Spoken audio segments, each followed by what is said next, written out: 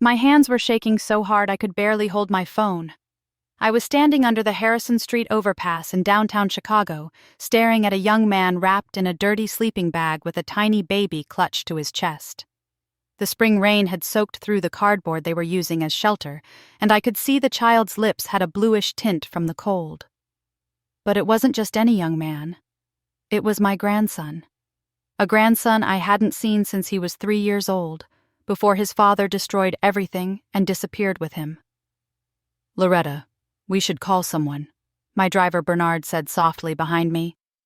"Social services, maybe." "No," I whispered, my voice cracking. "Bernard, that's Isaiah. That's my grandson." The young man's eyes fluttered open then, confused and defensive. He pulled the baby closer to his chest, trying to shield her from us. "We ain't bothering nobody," he said, his voice hoarse. "Just keep walking." I took a step closer, and he got a good look at my face in the dim streetlight. His eyes went wide, and his mouth fell open. "But you're dead," he breathed. "My daddy said you've been dead since I was little." The baby started crying, a weak, hungry sound that broke my heart into 1,000 pieces. I made a decision right then and there that would change everything. "Isaiah," I said, my voice steady now despite the tears running down my face. "I'm very much alive, and you and this beautiful baby are coming home with me, right now." He looked at me like I was a ghost, like his whole world had just turned upside down, which I suppose it had. "I don't understand," he whispered. "Daddy said you died when I was 3.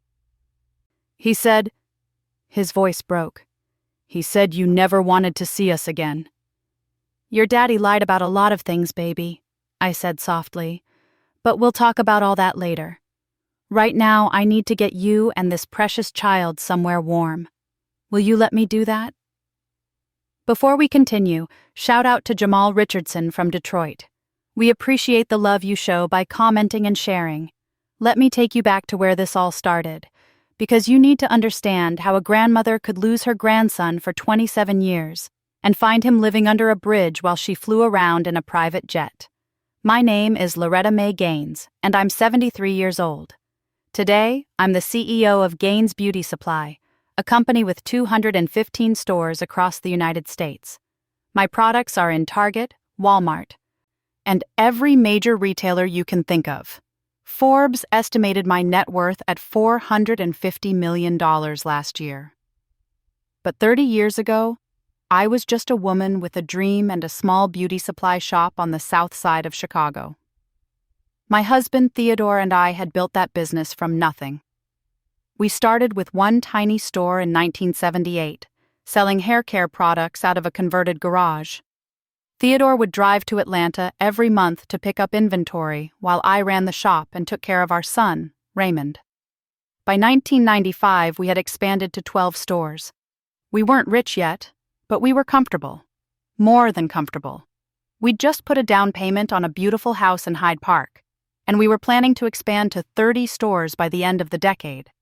We had $300,000 saved up for that expansion, sitting in our business account. Our life savings, every penny we'd earned from 17 years of hard work. Raymond was 30 years old then, married to a woman named Chantal, and they had a beautiful 3-year-old son named Isaiah. My grandson had these big brown eyes and the sweetest laugh you ever heard. He loved when I'd sing to him at church on Sundays, and he'd always fall asleep on my shoulder during the sermon. I thought we had everything: a growing business, a son I was proud of, a grandson I adored, and a husband I'd been in love with since I was 19 years old. Then one Monday morning in March 1995, I walked into our main office and found Theodore collapsed on the floor. The paramedics said it was a massive heart attack. They worked on him for 20 minutes, but he was already gone. My Theodore, my partner in everything, was just gone. I was destroyed, couldn't eat, couldn't sleep, couldn't think straight. Raymond took over the business for a few weeks while I tried to pull myself together. He said he'd handle everything, make sure the bills got paid, keep things running. He was my son. I trusted him completely. 3 weeks after Theodore's funeral, I finally dragged myself back to the office. I needed to start living again, needed to keep building what Theodore and I had created together. That's when I found out the money was gone. All of it. Every single penny from our business account. The $300,000 we'd saved for expansion. Another $50,000 from our personal savings. Raymond had withdrawn it all, in cash, over a 2-week period. And Raymond, Chantal, and little Isaiah were gone too. Vanished like they'd never existed. I sat in that empty office, staring at the bank statements, and I couldn't breathe. My husband was dead. My life savings was gone. My son had robbed me blind. And my grandson, my sweet Isaiah, was just gone. I called Raymond's phone over and over, disconnected. I drove to his apartment, empty, with 2 months of unpaid rent. I called Chantal's mother. She said she hadn't heard from her daughter in weeks and slammed the door in my face. I went to the police. They took a report, but they said it was a civil matter since Raymond was an authorized signer on the business account. Family dispute, they called it.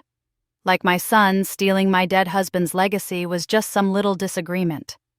I called everyone Raymond knew, his friends, his coworkers, people from church. Nobody knew where he was. Or if they did, they weren't telling. Raymond had planned it perfectly. Waited until his father died and I was drowning in grief. Waited until I wasn't paying attention. Then he cleaned out every account he could access and disappeared with my grandson. The next few months were the darkest of my life. I had to tell the landlords of the stores we were leasing that we couldn't expand. Had to tell our suppliers that we couldn't pay them as quickly as we'd planned. Had to take out loans just to keep the existing stores running. Some nights, I'd sit in the empty house in Hyde Park and just cry. I'd look at pictures of little Isaiah and wonder where he was, if Raymond was taking care of him, if he even remembered his grandmother, who used to sing to him at church. But here's the thing about rock bottom. There's nowhere to go but up. I threw myself into the business like my life depended on it, because it did. I worked 16-hour days, 7 days a week. I personally visited every store, talked to every employee, negotiated with every supplier. I cut costs, improved inventory, and started developing my own product line instead of just reselling other people's products. And slowly, month by month, year by year, Gaines Beauty Supply started to grow. By 2000, we had 40 stores. By 2005, we had 100. By 2010, my products were on shelves nationwide. The little beauty supply shop that Raymond tried to destroy had become an empire. I never stopped looking for Raymond and Isaiah. I hired private investigators. I checked social media constantly once that became a thing. I even went on one of those TV shows about finding missing family members. Nothing. It was like they'd fallen off the face of the earth. Then, 3 months ago, my world shifted again. I was at a charity event at the Southside Community Center, writing a check for their youth program. The director, Sister Margaret, was showing me around, introducing me to some of the kids they were helping. That's when I saw the intake forms on her desk. One of them had a name that made my heart stop. Isaiah Raymond Gaines. "Sister Margaret," I said, trying to keep my voice steady. "This young man, Isaiah Gaines, do you know him?" "Oh, honey," she sighed. "That's a sad story. He came in here about a month ago looking for help. 27 years old, got a 6-month-old baby girl, and he's been living on the streets since his girlfriend kicked him out. We've been trying to find him housing, but there's such a long waiting list." "Where is he now?" I asked, my voice barely above a whisper.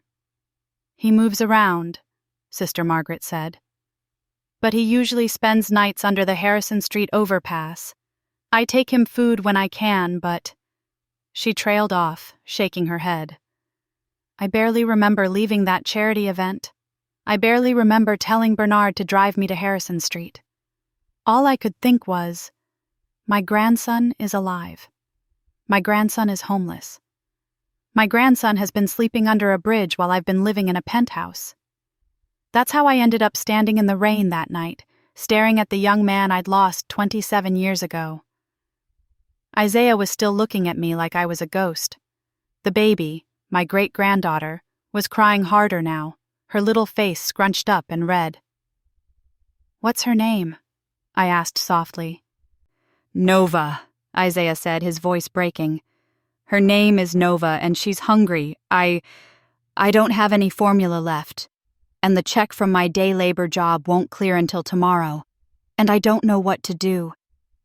His voice broke completely then, and this strong young man who'd been surviving on the streets just crumpled.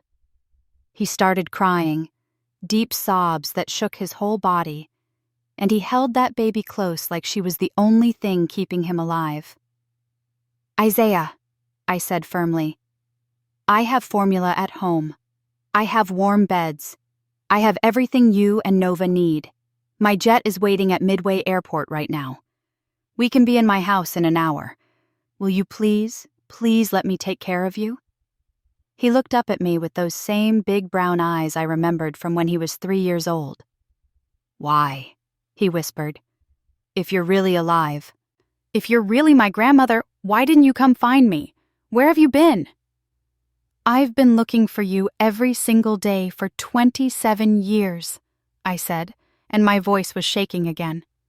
"And I'll explain everything, I promise. But right now, that baby needs food and warmth, and we need to get her out of this rain." Isaiah looked down at Nova, then back at me. I could see him wrestling with it, wanting to trust me but afraid. Finally, he nodded. Bernard helped him up, and I wrapped my coat around both of them. We walked to the car, a Mercedes SUV that probably cost more than everything Isaiah owned, and I helped him get settled in the back seat.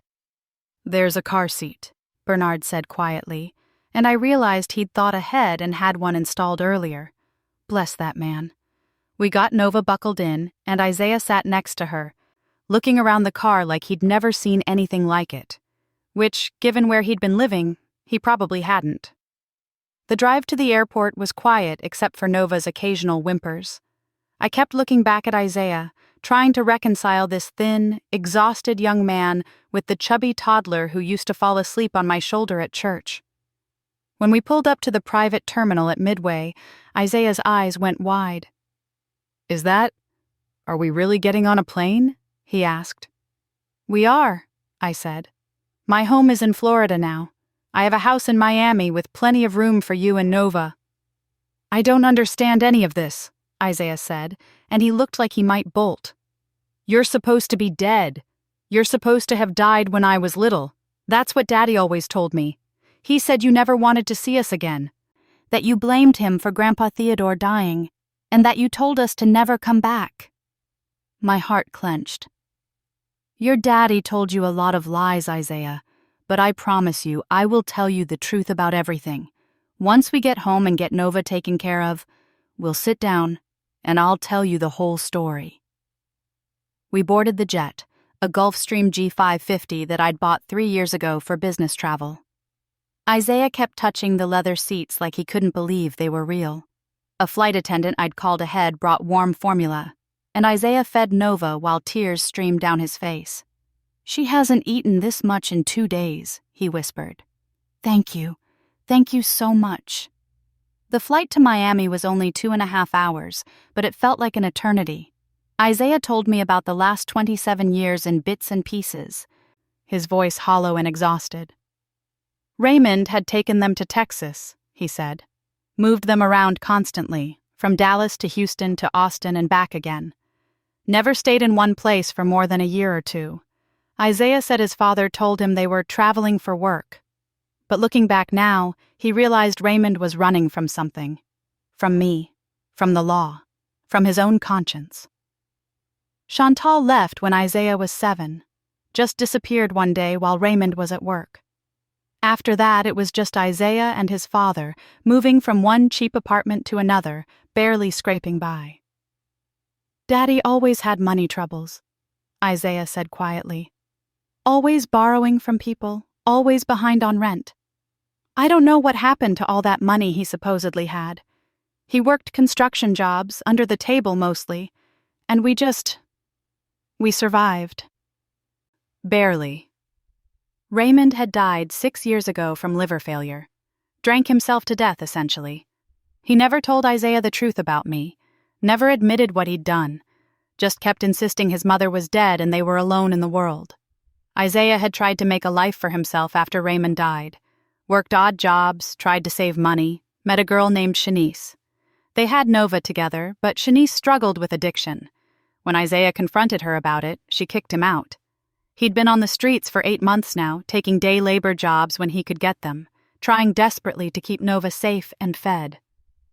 I almost gave her up, Isaiah said, his voice cracking. Called CPS a dozen times thinking she'd be better off in foster care than with me. But every time I tried to dial the number, I couldn't do it. She's all I got in this world. You got me now, I said firmly. Both of you got me. And I promise you, Isaiah, things are going to be different now. We landed in Miami at midnight. My driver there, a kind man named Carlos, met us at the airport with a car seat already installed. Isaiah was swaying on his feet by then, exhausted and overwhelmed. My house in Miami Beach is what real estate people call oceanfront luxury. 8 bedrooms, floor-to-ceiling windows, a pool that seems to flow right into the ocean. I'd bought it 5 years ago as a place to retire, though I hadn't actually retired yet. When we pulled up, Isaiah just stared. You live here? He whispered. I do, I said. And now you do too, if you want to. For as long as you need to. My housekeeper, Rosa, was waiting up for us. Bless her heart. She'd prepared one of the guest rooms with everything a baby could need. Crib, changing table, clothes in multiple sizes, toys, formula, diapers. She'd raided every baby store in Miami. For the little one, she said softly, looking at Nova with gentle eyes. And the other room has clothes for the young man. I guessed at sizes, but we can shop tomorrow. Isaiah looked like he might cry again. I don't understand, he kept saying. I don't understand any of this. Tomorrow, I promised. Tomorrow we'll talk about everything. But tonight, you need to sleep. Both of you. Rosa showed Isaiah to his room, a beautiful suite with its own bathroom and a connecting door to the nursery she'd set up. I watched him lay Nova down in the crib, watched him stand there just staring at her like he couldn't believe she was safe and warm and fed. Thank you, he said to me, and his voice was thick with emotion. I don't know who you really are or why you're doing this, but thank you. You saved our lives tonight. You're my grandson, I said simply, and that's my great-granddaughter. This is what family does. But even as I said it, I could see the questions in his eyes, the confusion, the mistrust that came from years of being lied to. I went to my own room finally and sat on the edge of my bed. My hands were still shaking. I'd found him. After 27 years, I'd found my grandson. But I'd also found out what Raymond had done with all that money he stole. He'd squandered it, drunk it away, gambled it away, wasted it on a life on the run. He'd stolen his father's legacy, destroyed his mother's trust, and condemned his own son to a life of poverty and struggle. And he'd told Isaiah I was dead. He'd robbed my grandson of his grandmother, just like he'd robbed me of my son. I pulled out my phone and scrolled through my contacts until I found the name I was looking for. Warren Mitchell, the best attorney in Florida and one of my oldest friends. I typed out a text message. Warren, I found my grandson, and I need your help. Can we meet tomorrow? I have a lot to tell you, and I think we're going to need a plan. He texted back immediately. Of course, Loretta, whatever you need. Come by my office at 9 a.m. I set my phone down and looked out at the ocean, dark and vast under the night sky. Isaiah thought his father was just a struggling man doing his best. He didn't know the truth about Raymond, about the theft, about the lies. And soon, I was going to have to tell him everything. I was going to have to explain how his father had destroyed our family and stolen his grandfather's legacy. I was going to have to watch Isaiah's world crumble all over again when he learned the truth. But more than that, I had questions that needed answers. Where had all that money gone? What had Raymond done with it? Had anyone else been involved? And what else had Raymond lied about? I stood up and walked to the window, watching the waves crash against the shore. I'd spent 30 years building an empire from the ashes of what Raymond destroyed. I'd spent 30 years looking for my grandson. Now, I had him back. I had him and his daughter, and they were safe and warm and fed for the first time in months. But the past wasn't done with us yet. Not by a long shot. Because tomorrow morning, Isaiah was going to start asking questions. And when I gave him the answers, everything was going to change. I woke up at 6 a.m. to the sound of a baby crying. For a moment I was confused. Then I remembered. Isaiah, Nova.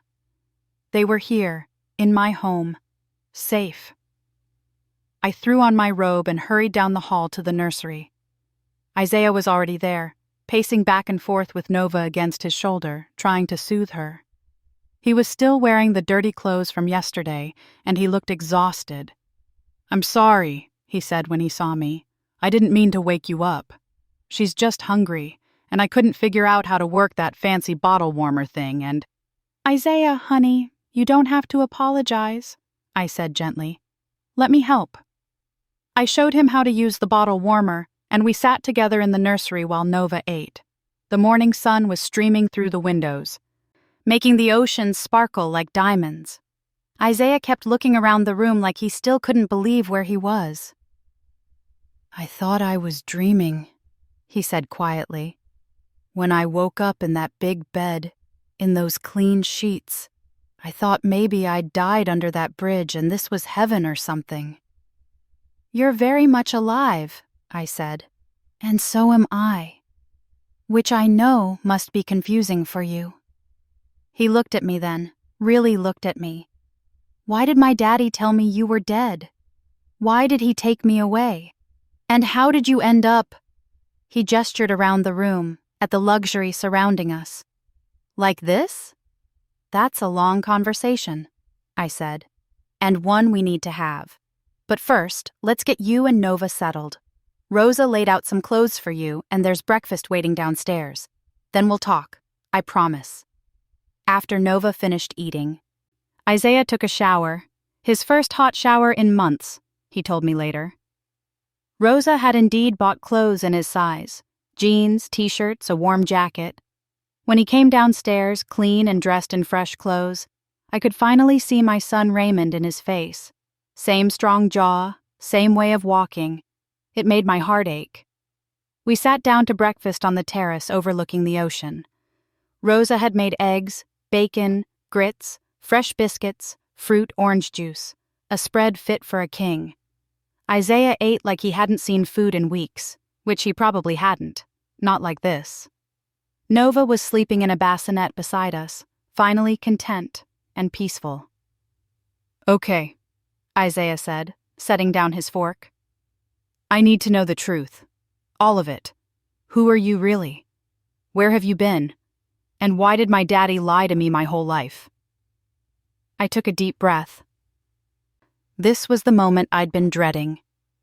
"My name is Loretta Mae Gaines," I began. "I'm your grandmother, your daddy's mother. I was married to your grandfather, Theodore Gaines, for 32 years before he died in 1995.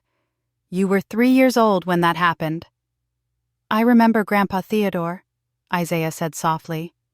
"Not much, but I remember he used to let me sit on his lap and pretend to drive his car, and he smelled like peppermint." "He always carried peppermints in his pocket," I said, smiling through the tears forming in my eyes. "He'd give them to you at church to keep you quiet during service." "What happened to him?" Isaiah asked. "He had a heart attack," I said. "Died instantly right there in our office. It was the worst day of my life." I paused, gathering my strength. But what happened after that was almost worse. I told him everything then, About the business Theodore and I had built together. About the $350,000 we'd saved. About how Raymond had taken over while I was grieving. About how he'd stolen every penny and disappeared. Isaiah's face went pale. "No," he whispered. "No, that can't be right. My daddy wouldn't. He couldn't." "Isaiah, I'm so sorry," I said. "But your father stole from me. He stole from his own family, from his father's legacy, and then he took you and vanished."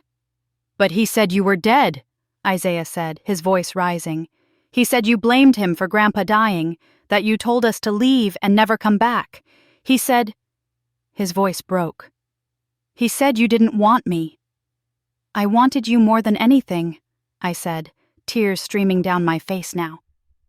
"I looked for you every single day for 27 years. I hired private investigators. I went on TV shows. I never stopped searching." Isaiah pushed back from the table, standing up so fast his chair fell over. No, this doesn't make sense. If you had all this money, all these resources, how could you not find me? We were in Texas the whole time. We weren't hiding in some foreign country." "Your father was good at covering his tracks," I said. "He used fake names, paid for everything in cash, never stayed in one place too long. And I think—" I paused, the realization hitting me. "I think he was using that stolen money to stay hidden. At least at first." Isaiah was pacing now, his hands in his hair. "What happened to the money? If he stole all that, why were we always broke? Why were we living in roach-infested apartments and eating ramen noodles for dinner?" "I don't know," I admitted. "That's something I've been wondering too. $350,000 should have lasted years, even with him being irresponsible. But based on what you've told me, it sounds like he went through it fast. Gambling, maybe? Drugs? Bad investments?" "He drank," Isaiah said hollowly. "A lot, especially toward the end. And he'd come home sometimes talking about business deals that fell through. I thought he was just talking nonsense, but—" He looked at me with betrayal in his eyes. "He stole from his own mother, from his dead father's business. What kind of man does that?" "I don't know, baby," I said softly. "I've asked myself that question for 30 years. Isaiah sank back into his chair, Betsy, his head in his hands. "My whole life was a lie. Everything he told me was a lie." We sat in silence for a long moment, the only sound the waves crashing against the shore and Nova's soft breathing. "There's more you need to know," I said finally. "After your father stole from me, I had to rebuild everything from scratch. It took years, but I turned our small business into an empire. Gaines Beauty Supply. You might have seen our stores." Isaiah looked up sharply. "Gaines Beauty Supply? The one that's everywhere? That's yours?" "It is," I said. "Your grandfather and I started it in 1978, with nothing but a dream and a prayer. Your father almost destroyed it in 1995, but I built it back up, bigger and better than before. I did it for Theodore, and I did it for you, even though I didn't know where you were." Isaiah was staring at me like I was a stranger. "You're rich. Like, really rich." "I'm comfortable," I said. "But it's not about the money, Isaiah. It's about what your father took from us. He didn't just steal money. He stole time. He stole your childhood with me. He stole your grandfather's legacy. He stole your chance to be part of this family." "Why are you telling me all this?" Isaiah asked, and there was anger in his voice now. "Why now? You want me to feel grateful? You want me to forget that I've been homeless for 8 months while you've been living in a mansion?" "I want you to know the truth," I said firmly, "and I want you to understand that I never abandoned you. Your father made choices that hurt all of us, but now you're here, and we have a chance to start over, to build something new." Before Isaiah could respond, my phone buzzed. A text from Warren. "On my way. We'll be there in 20 minutes. Is this about Raymond? I'd forgotten I'd asked Warren to come to the house instead of meeting at his office. I needed him to meet Isaiah, to see what we were dealing with. I have someone coming over, I told Isaiah. Warren Mitchell. He's my attorney and an old friend. I asked him to help us figure some things out. Figure what out? Isaiah asked suspiciously. Where that money went, I said. What your father did with it, and whether there's anything we can do about it now. He's dead, Isaiah said flatly. What does it matter what he did with the money? It matters because you're his son, I said, and because I need to know the whole story. I need to understand what happened. Warren arrived 20 minutes later, a distinguished black man in his 60s with silver hair and kind eyes. He'd been Theodore's attorney and friend, and he'd helped me navigate the nightmare after Raymond disappeared. He took one look at Isaiah and his eyes went wide. My God, he breathed. Loretta, is this? This is my grandson, Isaiah, I said. Isaiah, this is Warren Mitchell. He knew your grandpa Theodore. Warren shook Isaiah's hand, but he couldn't stop staring. You look just like Raymond, he said. Just like him at that age. We moved into my office, a room lined with books and photographs of the business over the years. There was a picture of Theodore and me at our first store opening, both of us young and hopeful. Another of Raymond as a child, before everything went wrong. Isaiah stared at that picture for a long time. Warren sat down and opened his briefcase. Loretta filled me in on the basics this morning, he said. Isaiah, I'm sorry for what you've been through, and I'm sorry for what you're about to learn about your father. I already know he was a thief, Isaiah said bitterly. It's more than that, Warren said gently. He pulled out a file folder, thick with papers. After Raymond disappeared, I did some digging. I wanted to help Loretta find him, and I wanted to understand what happened. It took years, but I eventually tracked down some of his activities. He spread papers across the desk, bank records, legal documents, newspaper clippings. Your father didn't just take the money and run, Warren said. He tried to start businesses with it. Several of them, actually. A restaurant in Dallas that failed after 6 months. A car dealership in Houston that was shut down for fraud. A nightclub in Austin that burned down under suspicious circumstances. Isaiah's face went white. What are you saying? I'm saying your father was a con man, Warren said bluntly. He stole from his mother, and then he went on to steal from other people too. I found records of at least 4 lawsuits against him for fraud or breach of contract. He'd take people's money, promise them big returns on investments, and then disappear when things went bad. No, Isaiah said, but his voice was weak. He was trying to provide for us. He was doing his best. Isaiah, I said softly, your father was running from more than just me. He was running from debts, from angry business partners, from people he'd cheated. That's why you moved around so much. That's why he always used cash and fake names. Warren pulled out another document. This is the worst part, he said. In 2010, Raymond borrowed $50,000 from a man named Vincent Calabrese in Houston. Vincent runs what you might call a lending business, but really it's loan sharking. When Raymond couldn't pay it back, Vincent's people came looking for him. That's why we left Houston so fast, Isaiah said suddenly. I remember that. I was 16, and Daddy woke me up in the middle of the night and said we had to leave right then. We drove all night to San Antonio. I thought it was weird, but he said it was a job opportunity. He was running from people who wanted to hurt him, Warren said. And by extension, hurt you. Isaiah stood up abruptly, knocking papers off the desk. Stop. Just stop. I don't want to hear any more. Isaiah, I started. No, he shouted. You're telling me my father was a thief and a con man and a liar. You're telling me my whole life was just us running from his mistakes. You're telling me everything I thought I knew about him was wrong. Nova started crying in the other room, responding to Isaiah's raised voice. He immediately stopped, the anger draining from his face and replaced with guilt. "I need to check on her," he said quietly, and walked out. Warren and I sat in silence for a moment.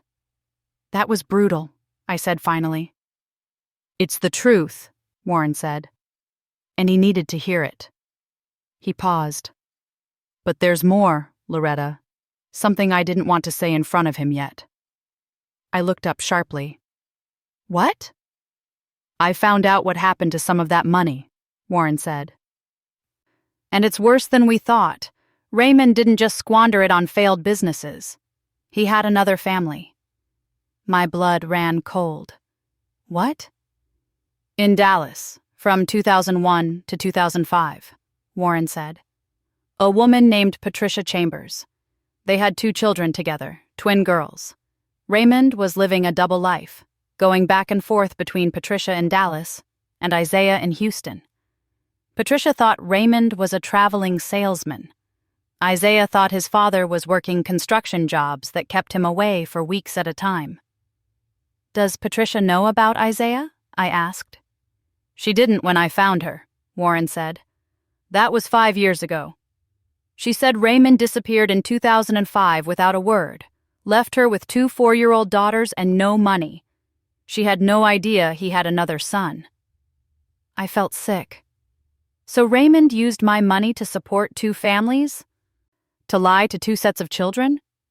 "It gets worse," Warren said grimly.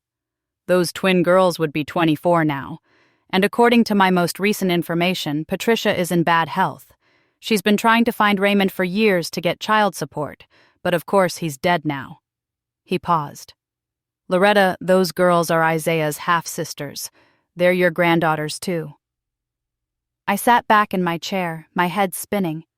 I'd spent 30 years looking for one grandson, and now I find out I have 2 more grandchildren I didn't even know existed? "Where are they?" I asked. "Dallas," Warren said. "Patricia runs a small hair salon, barely making ends meet. The twins both work retail jobs, trying to help their mother pay bills. They've had a hard life, Loretta, just like Isaiah." "Raymond destroyed so many lives," I whispered. "He did," Warren agreed. "But you have a chance to help put some of those pieces back together, if you want to." Before I could respond, Rosa appeared in the doorway, her face pale. "Ms. Loretta," she said urgently, "there's a man at the gate. He's asking for Isaiah. He says his name is Vincent Calabrese, and he needs to speak to Raymond Gaines's son about a debt that's owed." My heart stopped. The loan shark. He'd found us. "How did he know Isaiah was here?" I asked. Rosa shook her head. "He didn't say, but he's very insistent, and he has 2 other men with him." Warren and I exchanged a look. This was bad. Very bad. "Don't let them in," I said. "Tell security to keep the gate closed." But it was too late. Isaiah had heard the conversation from the hallway. He walked into the office, his face pale. "Vincent Calabrese," he said. "I know that name. Daddy used to talk about him sometimes, when he'd been drinking. Said he owed him money. Said if Vincent ever found us, we'd have to run again." He looked at me with fear in his eyes. "How did he find me here?" "I don't know," I said. "But you're safe. This house has security and—" My phone rang. Unknown number. Against my better judgment, I answered. "Ms. Gaines," a smooth voice said. "My name is Vincent Calabrese. I believe you have Raymond Gaines's son at your residence. Raymond owed me $50,000 when he died, plus interest. That debt passes to his son. I'm here to collect." "Isaiah doesn't owe you anything," I said firmly. "That debt died with Raymond." "That's not how this works," Vincent said, and his voice had turned cold. "Raymond's son inherits his assets. He also inherits his debts." "That's just business, Ms. Gaines. Now, I know you're a wealthy woman. I know you can make this problem go away very easily. $75,000, and we'll call it even. Consider it a family matter. I'm calling the police. I said. Go ahead, Vincent said. But you should know, I have friends everywhere, and I'm a patient man. I can wait. But your grandson, well, he's been living on the streets. Vulnerable. And that baby he has, it would be a shame if anything happened to either of them. The line went dead. I looked at Isaiah, at Warren, at Rosa standing in the doorway. The man I'd searched for 30 years had finally come home. And now someone was threatening to take him away from me again. We need to call the police, Warren said. Right now. But Isaiah was shaking his head, backing toward the door. No, he said. No, you don't understand. These people don't play by the rules. If I stay here, I'm putting you in danger. I'm putting Nova in danger. I need to leave. I need to take Nova and disappear again, just like Daddy taught me. Isaiah, no, I started. But he was already running up the stairs to get Nova, and I realized that after everything, after 30 years of searching, after finding him homeless under a bridge, after bringing him home and telling him the truth, I was about to lose my grandson all over again. I caught up with Isaiah in the nursery. He was frantically stuffing Nova's things into a plastic bag with shaking hands, diapers, formula, the few baby clothes Rosa had bought. Isaiah, stop, I said firmly. You are not running. You don't understand, he said, his voice breaking. These people. My daddy used to have nightmares about them. He'd wake up screaming about what they'd do to us if they found us. I can't let them hurt Nova. I can't let them hurt you. I grabbed his shoulders and made him look at me. Listen to me. Your daddy ran because he was guilty. He ran because he stole from people and couldn't face the consequences. But you didn't do anything wrong. And I didn't build a $450 million business by running away from bullies. Grandma. It was the first time he'd called me that, and it made my heart soar even in the middle of this crisis.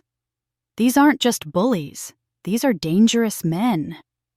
And I have something they don't have, I said.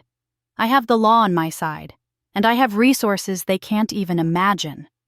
Warren appeared in the doorway. I've already called the police. They're sending units now. And Loretta, I called Judge Patricia Hamilton. She's agreed to see us in her chambers in 2 hours for an emergency hearing. What kind of hearing? Isaiah asked. The kind where we make sure Vincent Calabrese never comes near you or your daughter again, I said. By the time the police arrived, Vincent and his men were gone from the gate. But they'd made their point. They knew where we were, and they weren't going away. The police took our statements, but the detective, a weary-looking woman named Martinez, wasn't optimistic. Unless he makes an actual threat we can prove, there's not much we can do. Debt collection, even aggressive debt collection, isn't necessarily illegal. What about harassment? Warren asked. Intimidation? Did he threaten physical harm? Martinez asked. I thought about Vincent's words. It would be a shame if anything happened to either of them.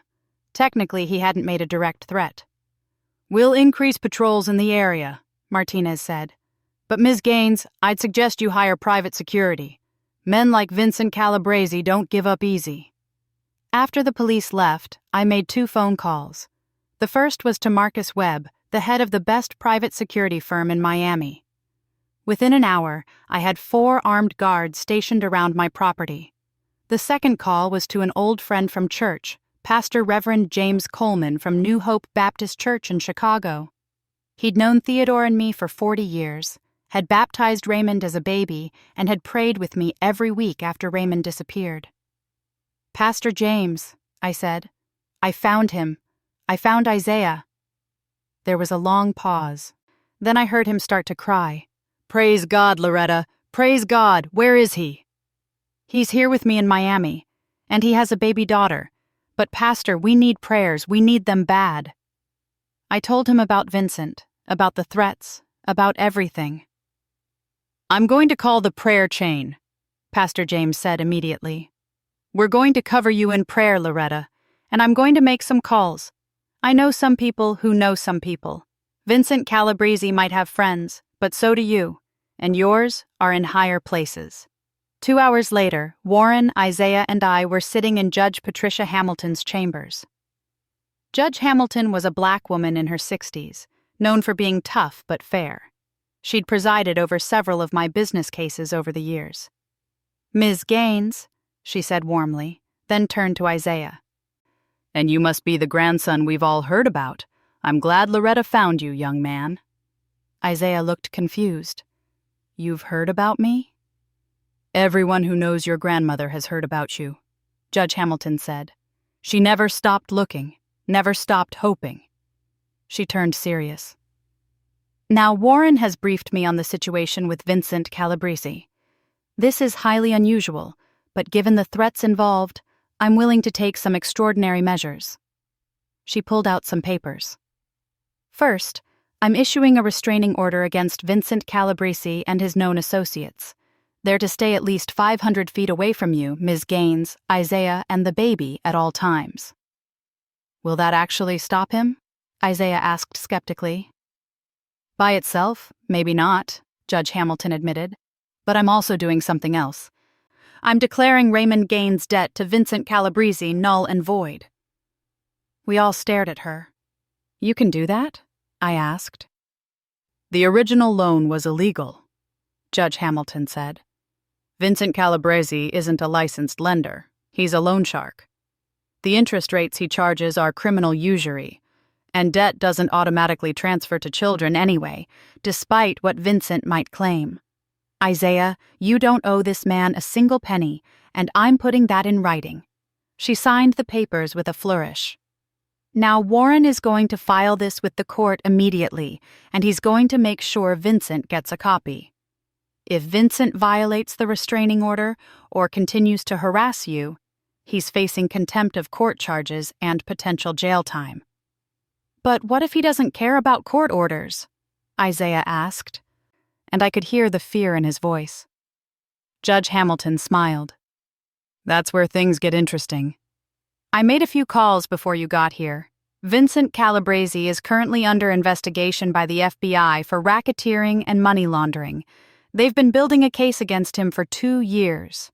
If he violates this order, if he so much as looks at you wrong, I will personally make sure the FBI knows about it. And that will give them probable cause to arrest him immediately." I felt a weight lift off my chest. "Thank you, Patricia." "Thank Theodore," she said softly.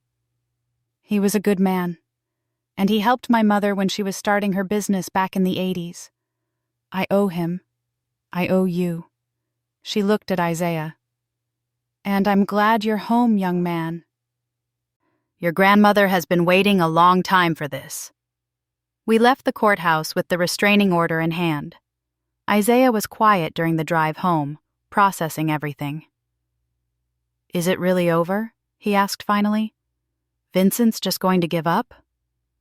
"Men like Vincent understand power," Warren said. "And right now, you have the power of the law, a federal investigation, and a very wealthy, very determined grandmother on your side.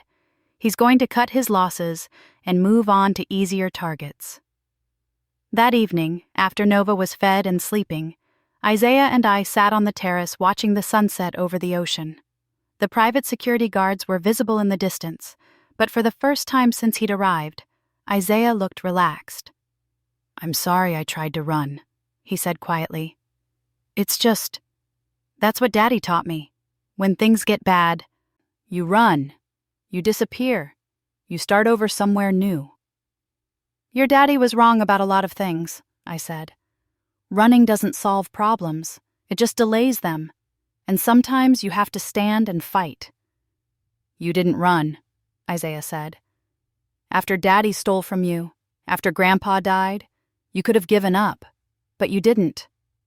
"I couldn't," I said simply. "I had to keep building, for Theodore's memory, and for you, even though I didn't know where you were." Isaiah was quiet for a long moment. "Tell me about him. About Grandpa Theodore. I only have little flashes of memory." So I told him. I told him about how Theodore and I met at a church social when we were teenagers, how he'd promised to build me an empire someday, how we'd started the business with nothing but faith and determination. I told him about Theodore's laugh, his kindness, his fierce work ethic. I told him about how he'd cry every time he held Isaiah as a baby, overcome with joy at being a grandfather. "He sounds amazing," Isaiah said, and there were tears in his eyes. "He was," I said. "And he'd be so proud of you, Isaiah. You kept going even when things were impossibly hard. You protected your daughter even when you were homeless and hungry. That takes strength. That takes character." "I don't feel strong," Isaiah admitted. "I feel like I've been running my whole life and I'm just tired." "Then stop running," I said. "You're home now, and I'm not going anywhere." The next morning, Warren came back with more news, but this time it wasn't bad.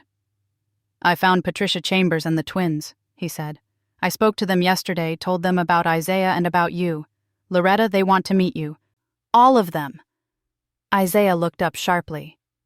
"The twins? My sisters?" "Half-sisters," Warren clarified. "Destiny and Diamond.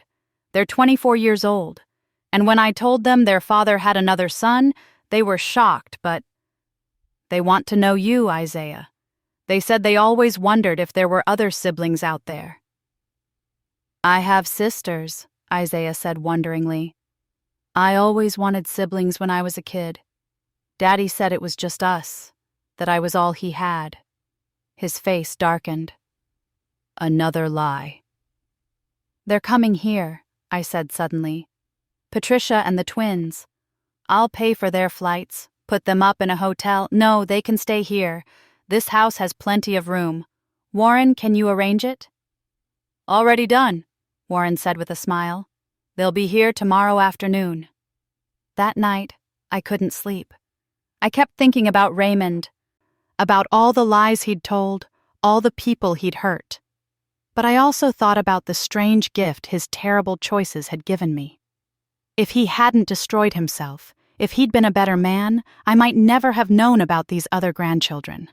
I might never have had the chance to bring this fractured family back together. The next afternoon, a car pulled up to my house carrying 3 women. Patricia Chambers was in her late 40s, a thin woman with tired eyes but a kind smile. Destiny and Diamond were identical, beautiful young women with their father's eyes and their mother's grace. Isaiah stood frozen on the front steps, holding Nova, as his half-sisters climbed out of the car. "Isaiah?" Destiny said tentatively. "Yeah," Isaiah said, his voice cracking. "Yeah, that's me." And then they were all crying and hugging. And I was crying too, watching these siblings meet for the first time while Nova looked on with wide, curious eyes. Patricia approached me slowly. "Ms. Gaines," she said. "I don't even know what to say. Raymond told me his mother was dead. He told me so many lies." "He told everyone lies," I said. "But we're all here now, and we're going to figure this out together." Over the next few days, my house was full of voices and laughter for the first time in decades. Destiny and Diamond bonded instantly with Isaiah, sharing stories about their father, comparing notes about his lies, laughing and crying together as they processed their shared trauma. Patricia and I had long talks on the terrace. She told me about the years Raymond was in her life, how charming he'd been at first, how the mask had slowly slipped. She told me about the night he disappeared, leaving her pregnant and alone with 2 4-year-olds. "I tried to find him," she said, "not because I wanted him back, but because the girls deserved child support. They deserved to know their father, but it was like he vanished into thin air." "He was good at that," I said bitterly. "I'm sorry for what he did to you," Patricia said. "I didn't know about the theft. I didn't know about any of it." "You were a victim too," I said. "We all were." A week after Patricia and the twins arrived, Warren came to the house with the final piece of the puzzle. "I've been doing more digging into Raymond's finances," he said. "And I found something interesting. In 2015, Raymond opened a bank account in San Antonio under a fake name. There's still money in it." We all looked at him in shock. "How much?" I asked. $47,000, Warren said. "He must have been saving it, hiding it away. Maybe for an emergency, or maybe he was planning to run again. But then he got sick and died before he could use it." "That's my money," I said quietly. "That's what's left of what he stole." "Technically, it's part of Raymond's estate," Warren said, "which means it goes to his heirs." He looked at Isaiah, Destiny, and Diamond. "It goes to his children, equally divided. That's about $15,000 each." Isaiah shook his head. "I don't want his money. I don't want anything from him." "Neither do we," Destiny said, and Diamond nodded in agreement. "Then it goes to you, Loretta," Warren said. "You were the original victim of the theft. You have the strongest claim." But I was looking at these 3 young people, my grandchildren, and at little Nova sleeping in her bassinet, and at Patricia who'd raised 2 girls alone while working herself to the bone. "No," I said. "Here's what we're going to do. Patricia, that money is yours, for the years you struggled alone, for the child support Raymond should have paid, for everything you had to do without." "Ms. Gaines, I can't," Patricia started. "Yes, you can," I said firmly. "And you will. You earned it, every penny." I turned to Isaiah, Destiny, and Diamond. "As for you 3, I have a different proposition. How would you like to work for Gaines Beauty Supply?" They all stared at me. "I'm not getting any younger," I said. "And this business, this legacy that your grandfather and I built, it needs to pass to the next generation. I want to teach you the business, all 3 of you. Isaiah, you've got hustle and street smarts from years of surviving.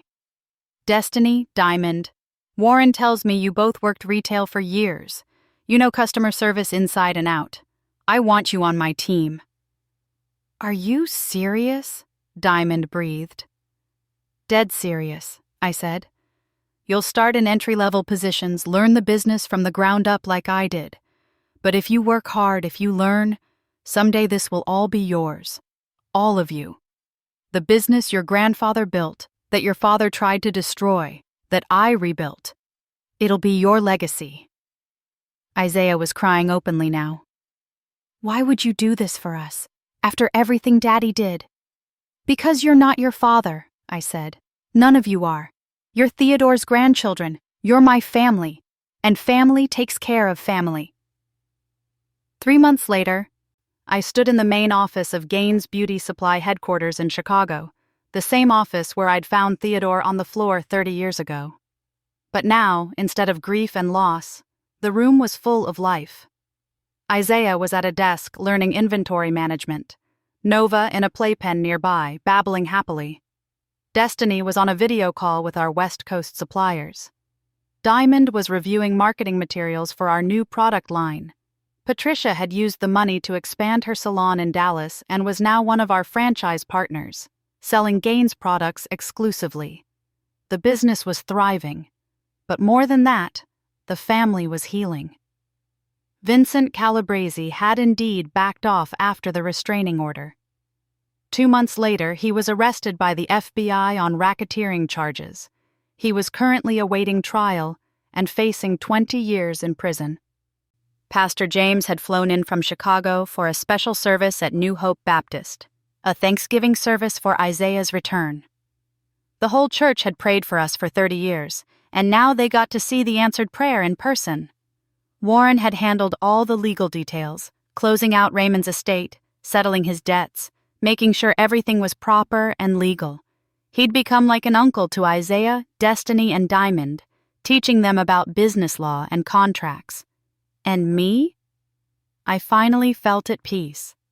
I walked over to where Isaiah was working and put my hand on his shoulder.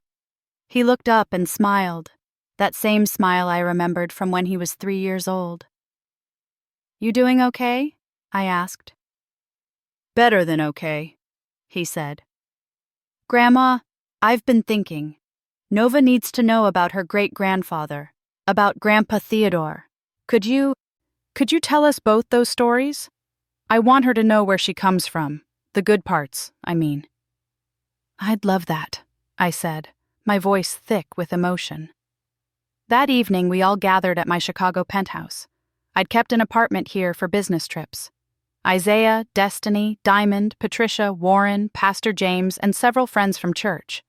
Rosa had flown in from Miami to cook a feast. We sat around the table, passing plates of collard greens and mac and cheese and fried chicken, and I told stories about Theodore. About the early days of the business, about his kindness and his humor, about his dreams for the future. Isaiah held Nova in his lap, and I could see Theodore in both of them, the same eyes, the same spirit. "To family," Pastor James said, raising his glass. "To second chances. To the long road home." "To family," we all echoed. Later, after everyone had left and it was just Isaiah, Nova, and me, Isaiah said something that made my heart full. "I'm glad Daddy lied about you being dead," he said quietly, "because it means I got to find you. It means Nova gets to have a great-grandmother who loves her. It means I have sisters and a future and a legacy. Daddy tried to destroy all of this, but you built it back. You built it bigger and better. And now we're all here, together." "We're all here," I agreed. "And we're never going to be apart again." I looked out the window at Chicago, the city where Theodore and I had started with nothing, where Raymond had tried to destroy everything, where I'd rebuilt an empire from ashes. The lights of the city stretched out before us, full of possibility and promise. Raymond had stolen 30 years from us, but he couldn't steal our future. He couldn't steal our family. He couldn't steal the legacy Theodore and I had built. I'd found my grandson under a bridge, broken and homeless. Now he was thriving. His daughter was safe and loved. His sisters had become part of his life. And the Gaines name, the name Raymond had tried to destroy, was stronger than ever. Justice had been served. Not in a courtroom, though Judge Hamilton's restraining order had helped. Not through revenge, though Vincent Calabrese's arrest was satisfying. But through something more powerful. Love, forgiveness, and the determination to build something beautiful out of tragedy. I'd spent 30 years searching, 30 years building, 30 years hoping. And now, finally, I was home. We were all home. Together. Thanks for listening. Don't forget to subscribe and feel free to share your story in the comments. Your voice matters.